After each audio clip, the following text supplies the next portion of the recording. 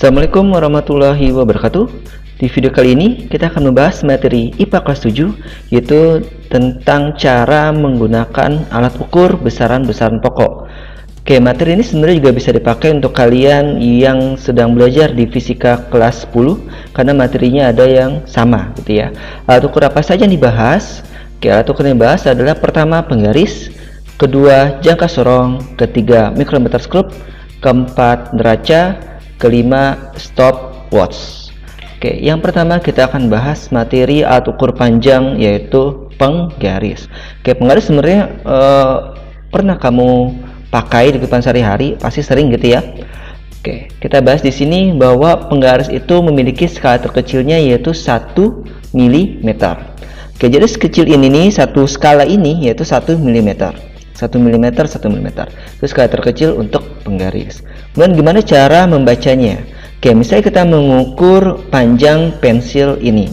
Oke, kita baca dulu nih di ujung belakang dia angka berapa, di ujung depan angka berapa. Oke, kita lihat di sini bahwa dia setara dengan 1/3. Itu ya. Oh, berarti ini adalah 1,3 cm. Sedangkan di sini kita lihat adalah 5/1, berarti 5,1 cm. Oke, kemudian gimana nih panjang pensil ini? Maka kita tinggal kurang aja ujung depan kurang yang ujung belakang. Berarti 5,1 cm dikurang 1,3 cm sama dengan 3,8 cm. Oke, sebenarnya pada kehidupan sehari-hari kamu untuk mengukur panjang pensil pasti mulai dari 0, kan ya? Tapi kalau di soal-soal nanti kemungkinan bukan mulai dari 0, dari tengah-tengah seperti ini. Jadi cara bacanya adalah ujung paling belakang kita hitung berapa, kita baca, ujung depan kita baca, kemudian hasilnya kita kurangi. Hasil inilah, hasil pengurangannya adalah hasil pengukuran panjang benda tersebut. Oke, alat ukur panjang yang kedua adalah jangka sorong. Oke, kalau tadi penggaris memiliki skala terkecil yaitu 1 mm, kalau jangka sorong memiliki skala terkecilnya adalah 0,1 mm. Berarti dari skala terkecil ini bisa kita lihat bahwa jangka sorong memiliki ketelitian yang lebih besar daripada penggaris, karena skala terkecilnya yaitu 0,1 mm. Oke, bentuknya seperti apa sih jangka sorong? Bentuknya seperti ini. Oke, di sini ada dua skala. Skala atas sebut adalah skala utama, sedangkan skala ini sebut adalah skala nonius. Untuk mengukur apa sih jangka sorong? Biasa digunakan untuk mengukur misalnya benda yang ingin diukur taruh di sini, itu biasanya untuk mengukur diameter luar suatu benda. Bisa juga ditaruh di sini biasanya untuk mengukur diameter dalam sebuah benda. Bisa juga ditaruh di sini biasanya untuk mengukur kedalaman benda. Tuh. Bentuknya seperti apa nanti cara membacanya? Oke. Kurang lebih seperti ini ya. Bagian atas ini adalah skala utama, bagian bawah adalah skala nonius. Oke, bagaimana cara membacanya? Oke, pertama kita lihat angka 0 di skala nonius menunjukkan angka berapa di skala utama. Berarti tunjukin angka di sini. Oke, kita lihat, kita baca angka 2 sini 2,1, 2,2, 2,3, 2,4, 2,5, 2,6, 2,7. Dia tidak sampai 2,8, berarti skala utamanya adalah di sini 2,7 cm. Kemudian skala noniusnya gimana? Skala nonius kita lihat garis yang sejajar ya antara skala nonius dan skala utama. Oke, ini tidak sejajar, tidak sejajar, tidak sejajar, tidak sejajar, tidak sejajar. Nah, lihat di sini sejajar. Ya, garis ini sejajar. Berarti ini yang menunjukkan angka berapa nih? 0, 1, 2, 3, 4, 5, 6. Berarti skala noniusnya adalah 0,06 cm.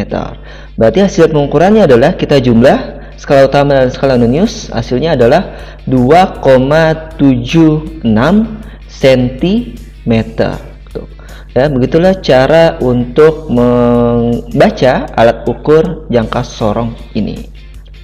Alat ukur panjang yang ketiga adalah mikrometer skrup. Kalau tadi penggaris skala terkecilnya adalah 1 mm, jangka sorong skala terkecilnya adalah 0,1 mm, sedangkan di sini mikrometer skrup skala terkecilnya adalah 0,01 mm. Berarti lebih teliti lagi nih skala terkecilnya.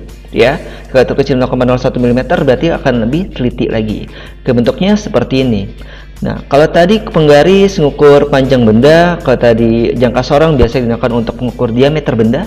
Kalau mikrometerskop biasanya digunakan untuk mengukur ketebalan benda. Oke, cara baca gimana? Oke, di sini ada skala utama, kemudian di sini skala nonius. Oke, contohnya seperti ini. Kita baca skala utama dulu. Oke, di sini ada garis yang bawah, garis yang atas, ya. Oke, garis yang bawah ini adalah 0,5 ya, berarti 0, sini 0,5. 1 di sini 1,5, 2 2,5, 3 3,5, 4 4,5. Berarti di sini nggak sampai 5 ya, berarti terakhirnya skala utamanya adalah 4,5. Berarti itu adalah skala utama 4,5 mm. Kesatuan di sini adalah milimeter.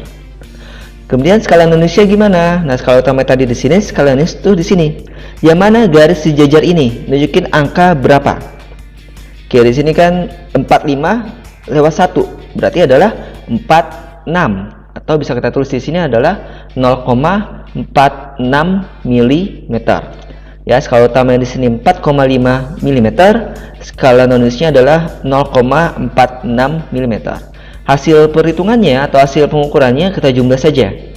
Jumlahkan, berarti hasilnya adalah 4,96 mm. Oke, beginilah cara untuk membaca hasil pengukuran pada mikrometerskop. Oke, selanjutnya alat ukur massa adalah neraca. Oke, neraca di sini ada dua. Pertama adalah neraca Ohaus. Oke, bentuknya seperti ini. Oke, bendanya taruh di sini, kemudian kita otak-atik di sini, kita seimbangkan. Oke, saat seimbang baru kita baca hasil pengukurannya. Oke, misalnya seperti ini. Jadi ini bisa geser-geser ya. Yang bagian ini bisa geser-geser agar seimbang. Jika sudah seimbang maka kita baca. Oke, misalnya di sini kita baca masing-masing lengan depan, lengan tengah, dan lengan belakang. Oke, lengan belakangnya di sini angka 200, berarti 200 gram. Lengan tengah di situ adalah 20, berarti 20 gram. Lengan belakang, lengan depan adalah di sini 5,5 gram. Nah, hasil pengukurannya tinggal kita jumlahkan saja. Lengan belakang, lengan tengah, dan lengan depan kita jumlahkan, hasilnya adalah 225,5 gram.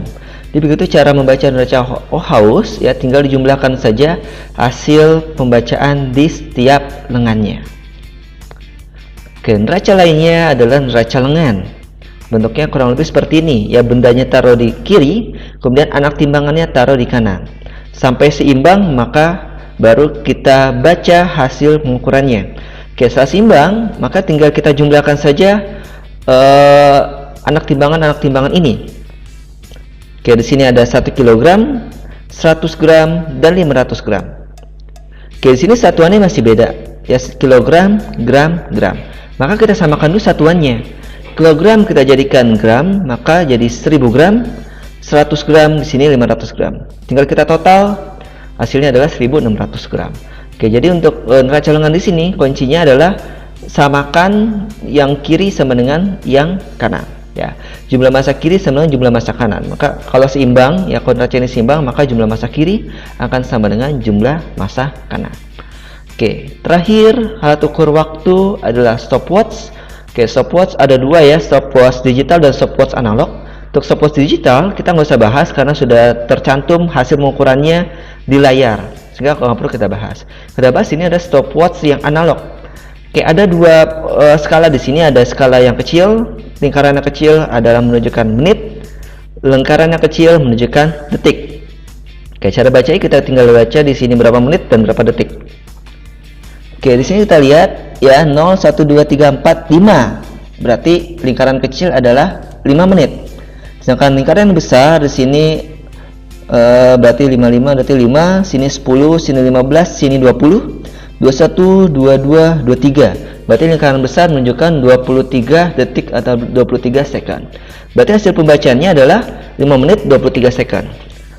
Nah, bisa kita ubah menjadi second semua. Berarti 5 menit kita ubah jadi second. 5 menit itu adalah 300 second ya, 5 kali 60 second. Maka 300 second ditambahkan 23 second, hasilnya adalah 323 second. Oke, inilah cara membaca alat ukur stopwatch. Demikian materi tentang alat ukur.